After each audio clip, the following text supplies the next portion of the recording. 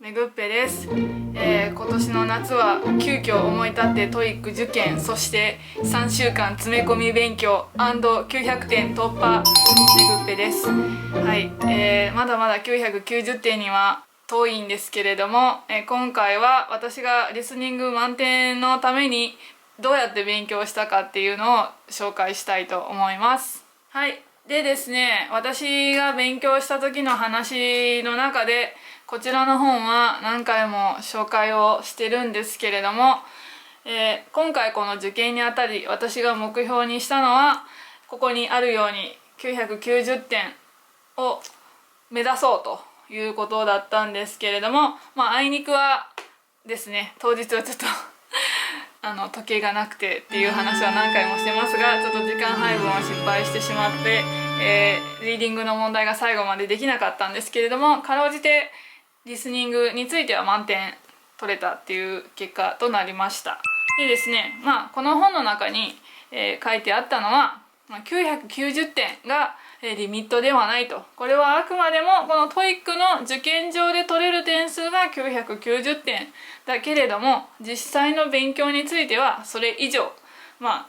飛び越えてですね、1200点ぐらい取れる力をつけておくべきだというふうに書いてあります。で、ここに書いてあることにですね、結構感化されまして、私も結構必死で勉強していたんですけれども、その中で今回力を入れたのはこの本の中にあるように、即音読という練習方法があるんですけれども、そちらを、気持ちが悪くなるぐらいやりました。はい、でここで紹介されている、即音読の練習方法としては、まず一つがオーバーラッピングといって、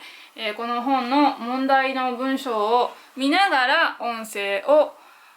練習する方法と、もう一つシャドーイングは、書いてあるものは見ずに音声を聞いて、自分の耳で聞いたものを口から出して練習するっていう、この2つの方法だったんですけれども、ただその問題だとちょっとゆっくりなので、ここにある特訓方法としては普通のスピードではなく、かなり速いスピードにして練習をしようというものでした。で、私は、この問題集の問題が全て音声になっているかというとそうではなかったんですけれども、まずはこれが音声になっているものを毎朝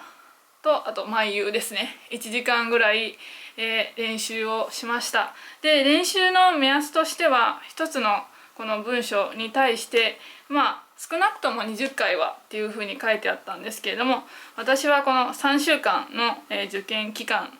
の間に、一つの文章に対して全部100回以上練習した形です。はい、で未だにちょっとずつ、続けているので、100回は超えたかなという感じです。こちらは私の勉強の時の必需品です。テキストと練習用の音声 CD と